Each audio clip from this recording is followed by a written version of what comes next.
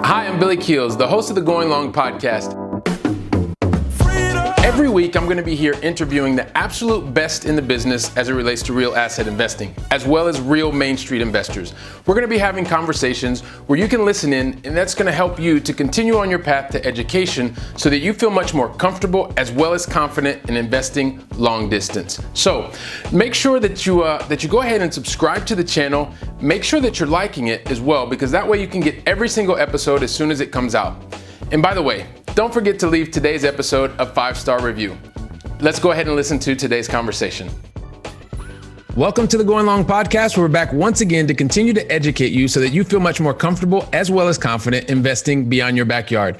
I'm your host, Billy Keels. And you know what? If you've ever wanted to know how a professional athlete's focus leads to long distance real estate investing wins, then this is the conversation that you're going to want to listen to until the very last word, I promise.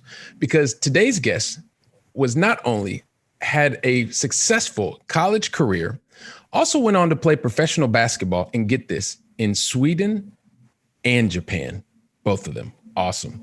You know, just before a trip to Argentina, which I think he's probably going to tell us a little bit about, he had an amazing opportunity to pivot, no pun intended.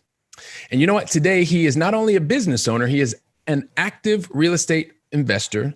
And it gives me great pleasure to welcome to today's conversation, Mr. Brett Bisping. Brett, welcome to the show, man. Thanks for having me, Billy. I'm excited to be here. Oh, man, not more excited than I am, I promise. It's a really, so I'm really looking forward to people learning from your stories. I mean, you personify what long distance investing is all about. And I'm really excited for people to learn more about you and your story and how you're actually getting out there and making things happen. So, but as you know, Brett, I always like to kind of follow a format here, say maybe that A student thing that comes out every once in a while, but going to ask you 2 questions. We're going to get into your backstory, and then we're going to have a nice little conversation. But the very first thing I would love for you to share with us is, where do you live in the United States? Yep. So I'm in Illinois, just outside of Peoria, which is about 2.5, 3 hours south of Chicago, right in the middle of the state. All right. Perfect. Just right outside of Peoria, Illinois. Awesome. Another fellow Midwesterner like that. So perfect. So listen, also too, like to start out some things with positivity as well. So Brett, help us understand, what's the most positive thing that's happened to you in the last 24 hours? So in the last 24 hours, we've had a temperature of, the low was -7 degrees Fahrenheit, real feel. Yeah. But because of that, there was a snow day, and I got to sneak out a little early and go spend a little extra time with my son. So that was the best part of my last 24 hours. Fantastic. Freezing cold, and you get a chance to sneak away, hang out with your little man. I think that is fantastic. So awesome. Thank you for sharing that with us. And since you shared that positive information with us, that positive experience, and I kind of really high level gave a bit of your story, I would love for you to share with the rest of the Going Long family. Help us understand a little bit more about you, some of the different decisions that you made to getting to this point in your journey. Yeah, for sure. So, I mean, a big part of my life growing up here in Central Illinois was basketball, as you kind of mentioned, high level. But played basketball since I was walking. My whole family played basketball. 2 sisters that also played college basketball. So I mean, that's what we do here. Went to high school here, played basketball. Went to Siena College out in Albany, New York, and I was there for 5 years. I took a redshirt year, broke my toe, and sat a year. Kind of strange injury, but had a really good experience there. Played for 2 different coaches and good people, had a great time playing, and wasn't ready for it to be done. So after that, went to Sweden, got an agent, was out there for about 8 months, and then in Japan after that. So backtrack, while I was at college, my 5th year, having been there for 5 years, Siena has no master's program. So I had to find a way to fill my time and stay eligible. So picked up a couple extra classes. One of those classes was a real estate investing class taught by an adjunct professor who was a real estate attorney. And that's what really first got me thinking about real estate, or even excited. And it just kind of clicked with me. I don't know what it was. It didn't really, take off and run with it right there, but it just made sense and I kind of liked it. So that was year 5. And then I'm in Sweden for 8 months and you're playing basketball and you can only play basketball for so many hours during the day. I'm used to playing basketball and being a full-time student at the same time with little to zero free time. So I say, I'll look into this real estate thing more. And the more I read into it, the more it just, I'm not going to claim to be the smartest guy in the room, but I'll be the hardest worker in the room. And it just seemed, you're not reinventing the wheel is what it seemed like to me. And I really liked that. So started listening to podcasts, started, reading books, started, connecting. That's how I came across you. You were a guest on somebody else's podcast at that time. Reached out to you. Couldn't believe you got back to me. That was awesome. I was really excited when I got that email back. And just kept connecting with people in Japan. Halfway through my season in Japan, I had 2 sprained ankles, didn't play very much. So got sent home, was home for 2 weeks, getting all set up to go play in Argentina. When in my hometown, I had a family friend come to me saying they have a book of business in an insurance agency they need to place. And I said, it was a lot harder than I thought it would be to hang them up. It wears on you playing basketball, but it's a lot of fun. It's a different lifestyle. You get to travel. Once I made the decision, obviously, never really looked back. The insurance agency here is good because I thought, I'm on my own time. I'm my own boss. So I have time to do this real estate investing that I really want to do. So after being home then for about 6 months, bought my first multifamily unit. So, from the time I started to the time I bought, it probably, it was 2 or 3 years before I actually got it done. But it picked up a couple more since then and kind of got the ball rolling. And here I am trying to keep it growing. I love that, man. And let me just correct one thing. You're not trying to keep it growing. You are keeping it growing. Yeah. let's call it what it is. Let's call it what it is. Okay. Yeah. So there are so many bits of that story that are just phenomenal, but I want to go back to something that you said in the beginning. You were saying that, you had this teacher, you had some extra time and you wanted to be able to fill that time. And the professor taught you real estate. And you said that you weren't sure what it was, but it just made sense and you liked it. So, and I know you said you didn't know what it was, but I'm going to make you kind of go a little bit deeper because I think a lot of people have this same kind of feeling about real estate. But the difference is you had that feeling and you worked, and you're now, you took action. And so I want you to go back to that and I want you to dig inside and find what was it that just made sense and what was it that you liked about that class that you took, because that was just theory at the time, but there was something that, help us to get in touch with that feeling of what made sense and what you were liking.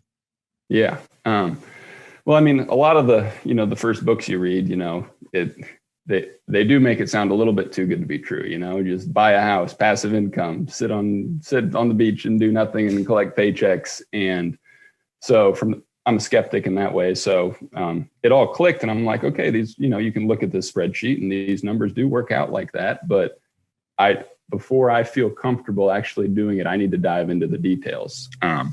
So you gotta do more than reading books and listening to podcasts even. You actually have to actually connect with people who have actually done it. And so it clicked with me initially because I thought this is a very simple formula. I can run how many properties through this and see how it makes sense.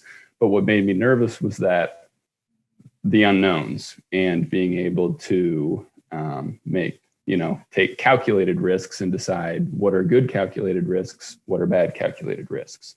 But something that you taught me a lot was a way to overcome that is by building a good team, having a mentor, having,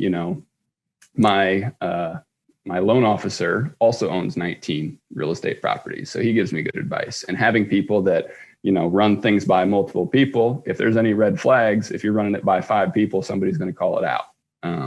There's things that are unforeseen and you can't control, but yeah, so to backtrack, simple formula. I really like that. figuring out how to get the courage to just dive in once you've assessed it as much as you can. That's what I spent most of my time doing, and making sure I felt comfortable pulling the trigger and making that decision. All right, perfect. So feeling comfortable being able to make the decision, but it wasn't that you didn't go through these feelings of a bit of trepidation or kind of the unknown or some of the words that you used before. But what you did is, and it goes back to taking action, right? So you talked about the importance of teamwork, and you didn't just say that you asked one person, right? And I think this is a really important part for those of you that are watching and listening, is that, Brett is really talking about the importance of teamwork, the importance of different perspectives, so that you can go out and make the right decision for yourself in your perspective, right? Because everybody's perspective and everybody's previous experience is different. You mentioned before, Brett, like you really liked the details, and you like being able to have that formula that you could see, that you could understand. And that's something that for you is something that's really, really important as well. And so being able to have an asset that you can look to a simple formula and say, okay, do these things check out? It was really easy, go, no go for you. And at the same time, you're also looking to say, okay, well, what am I missing here? Am I potentially missing anything here? And then having the courage to go ahead and take action, which I think is phenomenal. So when you bring that back to what made sense, those were some of the different areas, and also one of the reasons that you liked it, right? Because you can get the detail that you need, and you're able to have the team around you to help you with that. So that's awesome. And so you talked about it before, like, so you were in the state of New York, then you moved to Sweden, and rather than just kind of looking at Sweden in there, like you were planning on keeping your professional basketball career going for quite a while, but you made a conscious decision to like look long distance. Like you were in Sweden and then in Japan, but you were still looking to make your investment. So help us understand, this is one of the things I just absolutely love about your story. But help us understand, like, why would you even invest your time and energy when you at the time thought, well, you weren't actually going to be going back stateside for probably 5-7 years? Mm-hmm. So I like to stay busy, and that downtime in basketball is not for me. That was probably the one thing I didn't like about playing basketball, was that there was too much downtime. But I knew I wanted to get into real estate eventually. I knew that I was going to have a family to take care of, and I needed to have a transition, and that was going to be my transition. And I wasn't willing to wait. So I had thought, maybe I'll start investing while I'm over here. Initially thought, is this even possible to do? And then bam, come across, your podcast, and look at that, it is possible. But when it comes down to it, and now more than ever, we can do anything sitting at home. How many people are working at home right now doing jobs that before you weren't able to do at home? You don't have to be there in person. There's so much technology and Zoom calls, and you can build relationships with people without ever meeting them. You be more careful and verify and things like that, but it can all be done. So I wasn't going to let the fact that I'm, far away from home keep me from making even more money now and in the future.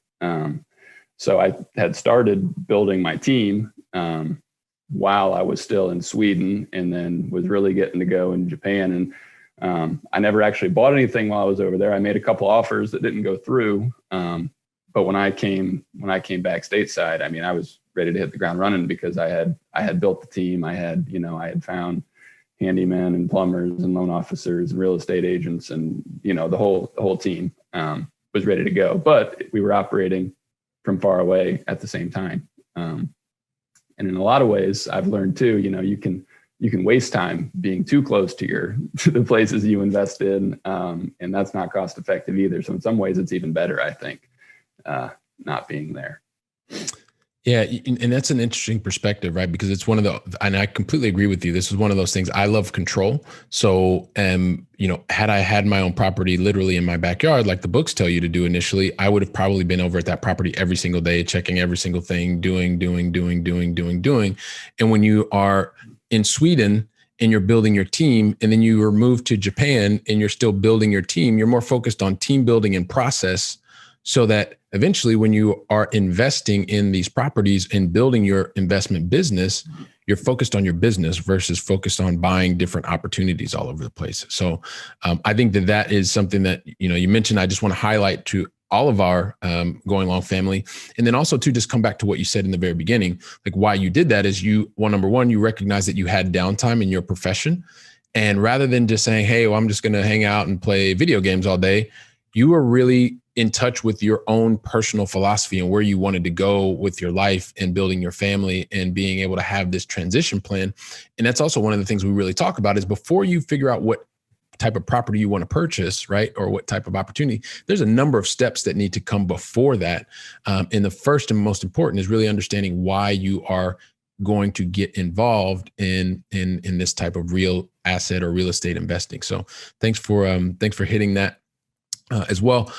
There's another part that I think is important as well. Having the opportunity to speak to professional athletes. And you talked about college and you talked about high school, and that's kind of what you do. Your sisters played basketball as well.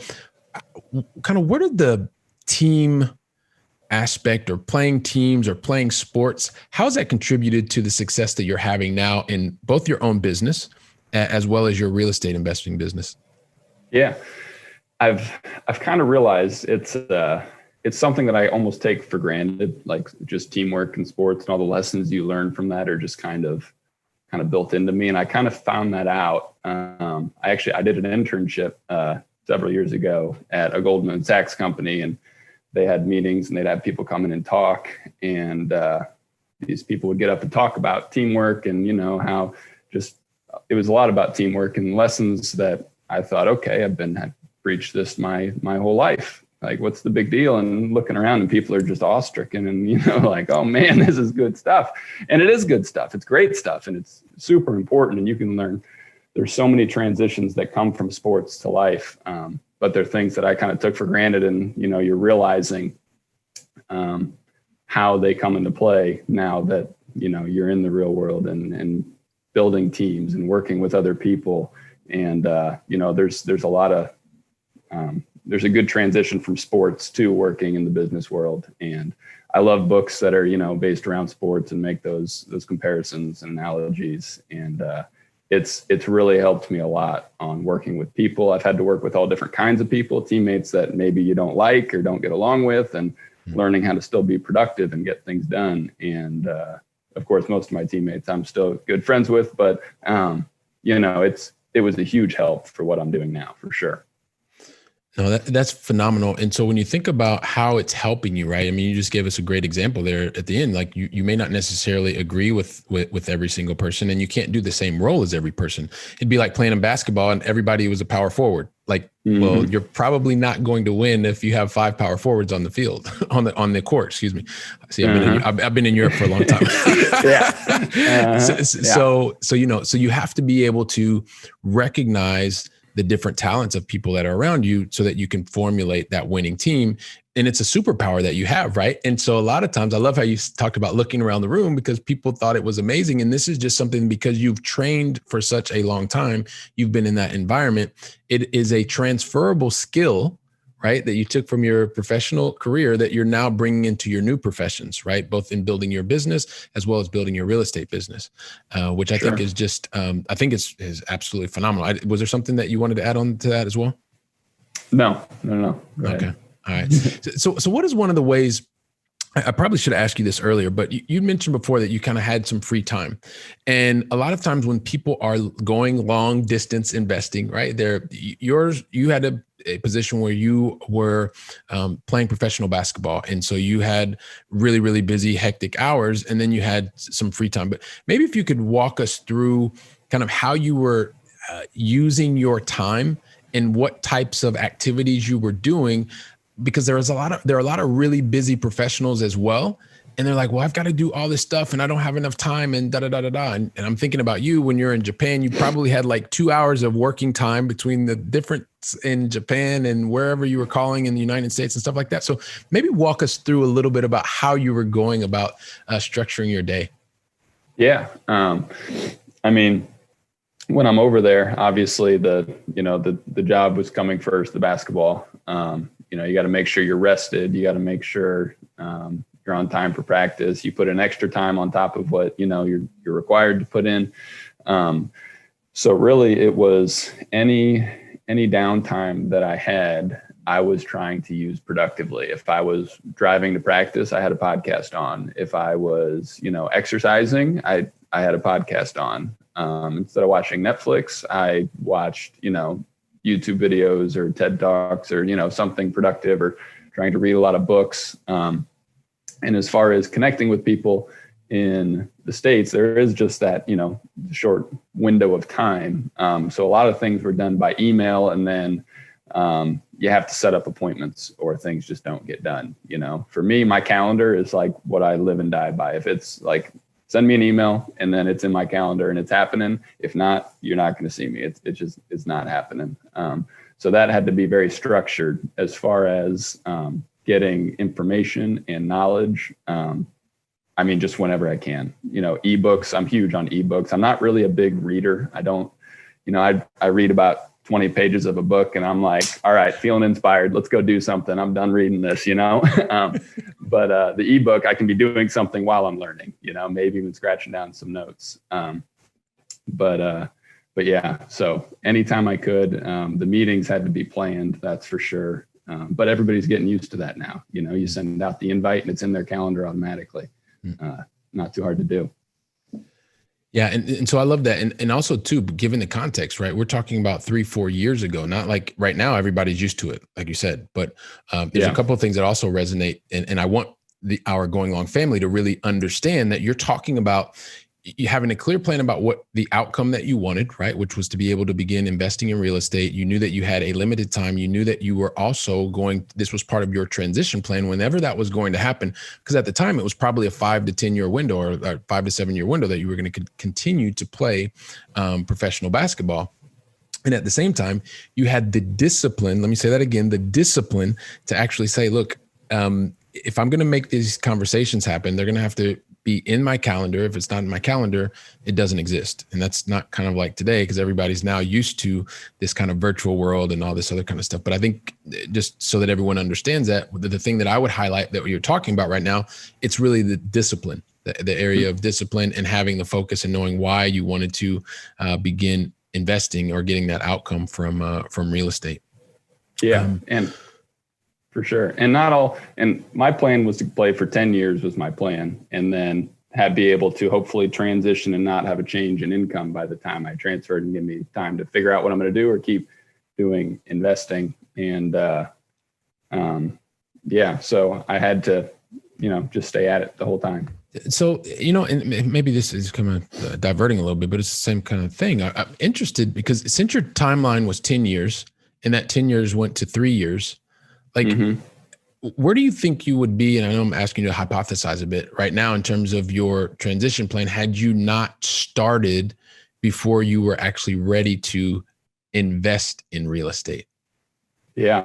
And that's a tough question, but I guess maybe I don't know if I'd have my first place bought, because it just takes so much time. And when you're working on it, it just has to be constant action. And when you're doing the action, it doesn't always feel productive when you're doing it. When you go back and tell the story and you listen to the podcast, you're like, man, that guy had it together, but they don't tell you about the hours of action that produced nothing, where it was, fruitless action. But it's not, because you're always learning something. You're always making a new connection, and that all builds up, and it's steam. You're building up steam for things that are happening in the future. So you just have to keep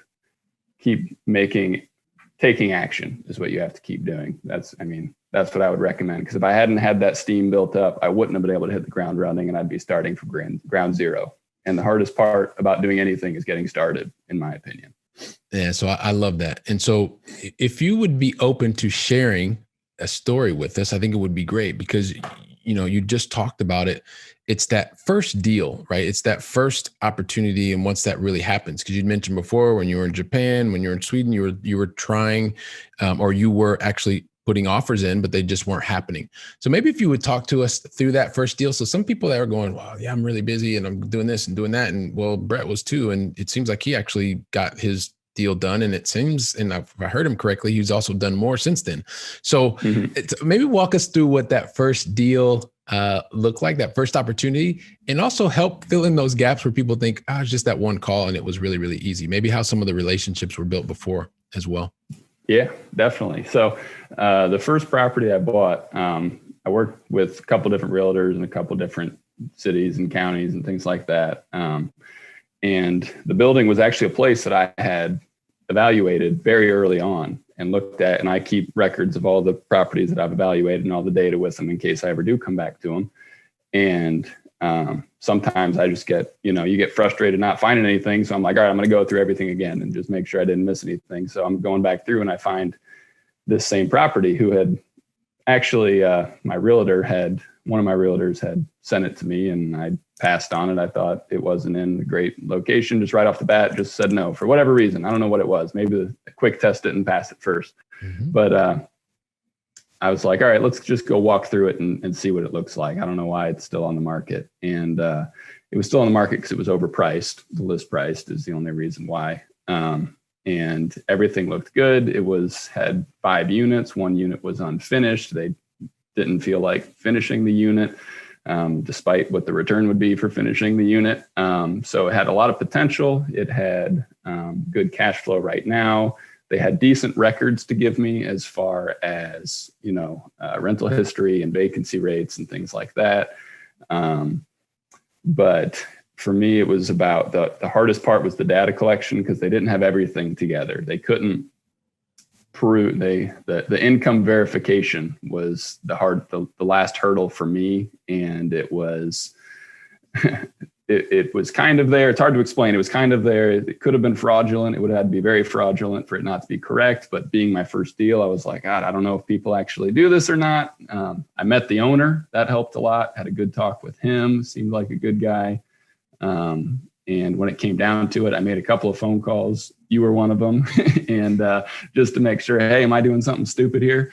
And it turns out it's been performing really well for me so far. And looking back, I can't believe I thought twice about it. But, when you're there trying to make the decision, I feel like no matter how much research you've done, no matter how much data you have, there's always that, am I making a bad mistake here? It's just always there. But you got to trust yourself. You got to trust the time you've put in. Confidence comes through preparation. And if you've prepared, you should trust yourself to make a decision along with your team. So that's kind of the high level overview. But yeah, I passed on it at first, almost passed on it a second time, but I'm glad I didn't, because it's just something about getting that first deal done. Once that first deal done, it's like, I know what to expect now. I know how the process works, and I know how my numbers are actually going to play out. I know some unforeseen things to watch for. You learn a lot when you go from start to finish. Yeah, no, I love that story. And I just want to, once again, highlight a couple of things that you just talked about, right? And you talked about being able to trust yourself and your team, and also to just kind of underlying that whole thing is you've got to be able to trust the process that you've put in place for yourself. Because and it goes back to what you were talking about in the very beginning, if you know what your parameters are, just like maybe in the beginning, it wasn't meeting the quick test, right? That you've set out for yourself, but you have a clear process in place, and you trust the process that you've either built, adapted, whatever the case may be. And then you can go back to the things that are going to happen, right? You talked about not being able to have perfect information, that there were decent records, but I didn't hear you say that the records were perfect. And I think you even said that they didn't actually have everything that you needed. So there is also the concept of you're not going to get perfect information every time. So that's where the importance of the process, and whether you're investing like you're doing yourself actively or passively with other people, you've got to have a process in place, and then trust that process, right? And then realize that you're never going to get the perfect answer. It's like the old analogy that says if you're waiting for all the lights to turn green before you get in the car and move down the road, well, you know what? If they were all green, you'd probably never move or go anywhere. So that was really helpful. By the way, of the people that you had previously met when you were in either Sweden or Japan, how many of those people were actually present or part of the team that was a part of your very first deal? So how many people in Sweden were a part of my yeah. deal? So maybe let me ask it a different way. So you made connections. You were constantly calling, building teams, and I know in different locations, right? And so, of the people that were part of your very first deal closure, how many of them had you met as a result of investing your time when you were either in Sweden or in Japan? Yep. So probably, I'd say 4 of them. My loan officer I met while I was over there. The realtor that I used to buy that place I met while I was over there.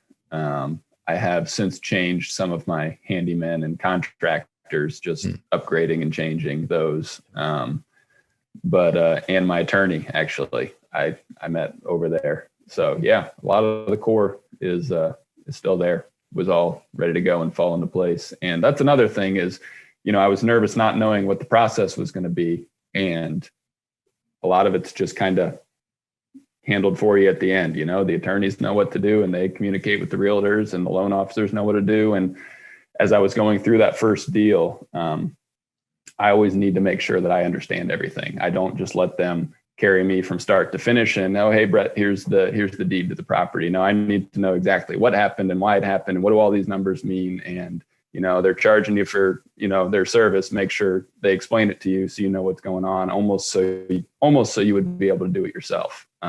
That's kind of how I did it. And that really helped me to understand what was coming for future deals as well. Yeah, I love that, to being able to see that. I'll extrapolate a little bit. So you talked about your core team, and you also mentioned you talked to different. So you had your core team, and you talked to mentors and coaches and things like that. So how important was it to have mentors and coaches plus your professional team for those moments of trepidation that you had where you're like, oh my gosh, all the information here isn't perfect. Like, I just want to stop. I don't want to move forward. So help us understand that a little bit. Yeah. Well, the mentors were, of all of those processes, were the most important, because those are the people you trust. They've been there before and done it before, and they're rooting for you to do well. So they're not gonna.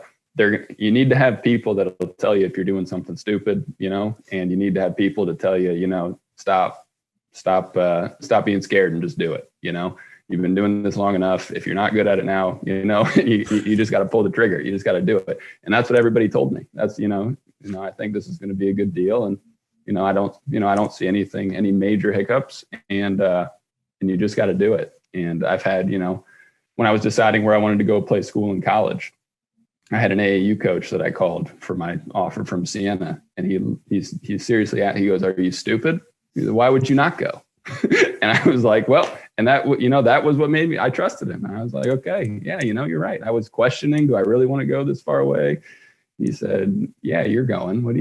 Do it. And, you got to have people that you can trust and lean on, because if you try to do it all yourself, it's just not going to work. And I make it sound like I do that very well, but I like to keep things close to the chest. I like to do things myself, but you have to trust and delegate and work as a team. Yeah, definitely. And it's not something that necessarily comes overnight, right? But it's one of those things, the more that you're aware of it, the more that you can allow the team to do what they need to do. And at the same time, having, mentors, coaches that are with you as part of the journey, people that have already been there before you, is something that can really help you. Like, you said, when you're in those moments of, hey, I'm kind of stuck, what do I actually do? The person that's going to ask you the tough question and either have you move forward or backwards. So I appreciate you sharing that. And because there's nothing that is perfect, right? Let me just ask this, just so people are thinking to themselves, like, is your property or the properties, the different properties that you own now, are they all performing perfectly? Like exactly like you thought, like no issues at all? No. And no, definitely not. Definitely not. And, some of it, was it hidden from you? Did they just not know about it? Did, what happened? I don't know, but things come up that you don't plan on, but they were things that were budgeted for, that you knew might happen, that, you've calculated in some room for error in your deal. You don't make an offer based on perfect conditions. You make an offer based on mediocre conditions, and, you meet in the middle. So yeah, definitely not performing perfectly at all, but they're performing well. So, it's good. There you go. There you go. Sounds fantastic. Well, listen, thank you so much for sharing that story, because I think it's really important to understand how you can do things, step by step, and the importance of having your team members, mentors, coaches as part of the entire process, so that you can ultimately get to the point and start to get the results that you were looking for, right? Which in your case was part of your transition plan, and now you're beginning to have some delivery of that through the real estate that you've been purchasing. But listen, before we get to the going long final three, I do have a question for you, because I know that you being able to give back was something that is important to you. And I know maybe right now it's a little bit different, but just maybe you can tell us about some of the things that you're doing through sport to be able to give back to communities that you were part of, or things that you did. Like I said, right now it's a little bit different because we're in this unique kind of global pandemic stuff. But maybe talk to us a little bit about how sport and giving back to communities is something that you also have been doing. Yeah, no, for sure. Well, the sport of basketball has obviously given me a lot. So I'm very thankful and blessed for that. But so I try to give back in the same way. So right now I'm in my second year. I coach a 7th and 8th grade junior high basketball team. We're just getting our season started with the COVID, and it's a little funky and a scheduling nightmare, but it's happening and the kids are happy to be out there. So it's fun. And then I also run a basketball camp in the summertime for 8 to 13-year-olds. And we just have a blast and have fun and do some teaching, learning, making friends. That's what camp's all about in the summertime. Hoping we can have that this summer. We'll see. And then do a little bit of individual workouts with kids on the side as well. So I like to stay active in that arena. And, a lot of people gave their time to me. When you get where you're going, and in the basketball world, I wanted to be a professional basketball player. You gotta turn back around and make sure you help somebody else get there too. Or what are you doing out there if you're not trying to help others? So that's kind of where I'm at there. And, it's a lot of fun, but the kids are great. That's the best part. Who cares about the basketball? The kids are awesome. It's fun being around them. Yeah, that's one of the things I really just admire about you, is that you really are, as you were able to get to an area professionally that you wanted to. It is really important for you to be able to give back. And I know that's something that is very, very important for you to be able to do, and it's something that you've actively done. Now, I know we're going to talk a little bit about at the end, but maybe for people that wanted to understand a little bit more about your basketball camp and things like that, where could they find out more about that? Yeah. So you can go on our Facebook page. It's Brett Bisping Basketball Academy and BrettBispingBasketballAcademy.com or BispingBasketball.com. That's BISPING basketball.com. So we have a lot of fun. I don't know if we'll have to set limits on who can all come this year or not, but we love the more the merrier. So it's a lot of fun there. Awesome. And that's there in Illinois, right? That's in Illinois. Yep. Okay. Peoria, right. Illinois. Yeah, right. For sure. Right. Perfect. And we'll make sure that we include that in the show notes. But because we were talking about that, I just wanted to have you share that, because I know it's something that's is very important to you. Yeah. So thank you. Yeah, sure, man. So listen, like I said, I just want to keep talking to you forever, man. It's I want to keep going. Yeah, it's been fun. And I know people want to keep listening and watching us on video and stuff like that. But we do have to get to the going long final three. So, but Brett, the thing is, I never ask the going long final three unless you tell me that you're ready for me to ask you. So are you ready? I'm ready, Billy. Let's do it. Boom. Here we go. So I knew you were going to say that anyway. So here's the thing. So, and you've got a leg up on a lot of people because you've already lived in Europe, right? And so we started with you over in Peoria, Illinois. And I would love for you to share with the Going Long family, what is your favorite European city, either that you have visited or still on your bucket list to visit? So I've traveled a lot, haven't done a lot of time in Europe. I have been to Split, Croatia. It was a beautiful, beautiful city there. We had a good time there. But my bucket list, I got to get to Rome. Just so much history to see there. And not everybody says that, but whatever. I want to go too. So I got to get out there. All right. Well, you'll get out there. And by the way, maybe if you need to have a stopover in Barcelona, I think you know somebody who's over here. It's happening. It's happening. Yeah. All right. Awesome. So with that, then what is... I always say, I kind of make a joke about it and say, hey, all successful people, and you're definitely a successful person, everyone has made just one single mistake.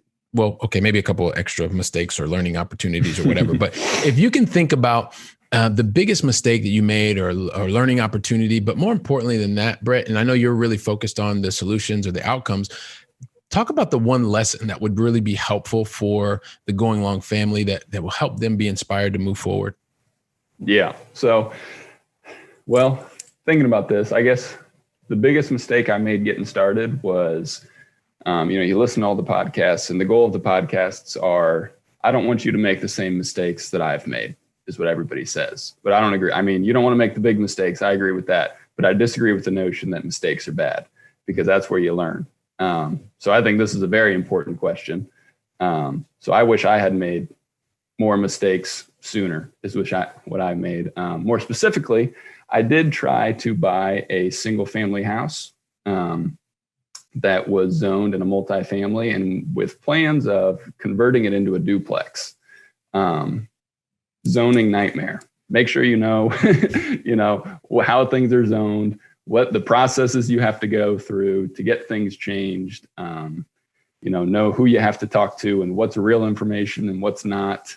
I got lucky and got out of it pretty quick, but could have been a much bigger disaster than it was. So that's something I learned, and I learned it pretty quick, and I'll never forget, because I made a mistake.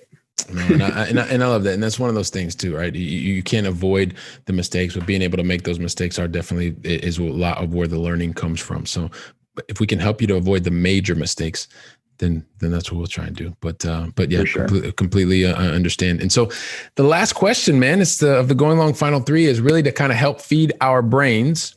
And and I know you mentioned earlier that maybe you're not a huge reader, but I do happen to know that you read a lot. But so help us understand, what is the one book that you would recommend to the Going Long family? Yeah. So it came out, it's been a couple of years now. It was Super Pumped. It's the book about Uber, the battle for Uber, about Travis Kalanick. Fascinating story. He obviously went out on not great terms, but just the work that went into everything he did, the boundaries he pushed, I really like, he has a lot of, he calls them a jam sesh, where he just meets with people all the time and they just share ideas. And from top company people, bottom company people, they get together and they just share ideas. And I just love, ever since I read that, I meet with people whatever I can. And it's just connecting with people, sharing ideas. It's great. And it's a good story too, but a lot to learn. And that's the book I'd recommend.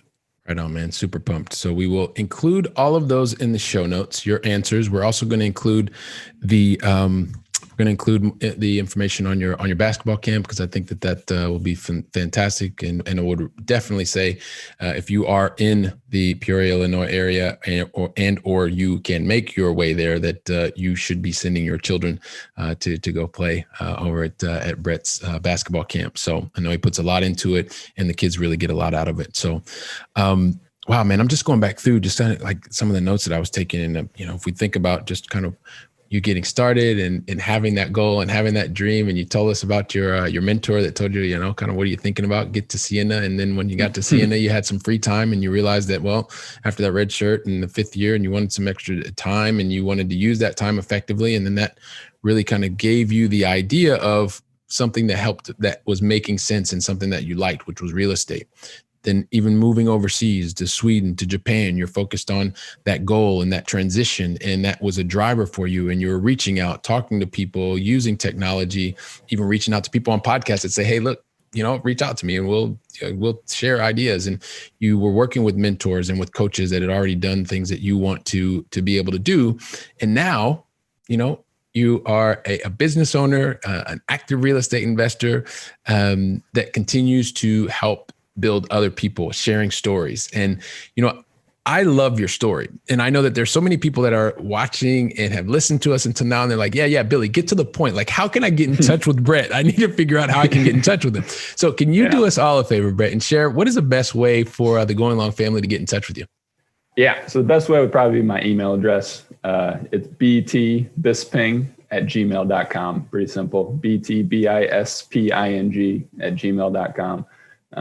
I always love to connect with people. I'll sit and talk real estate all day, every day until it gets me in trouble. But I mean, you just want to talk, share ideas, reach out anytime. I'd love it.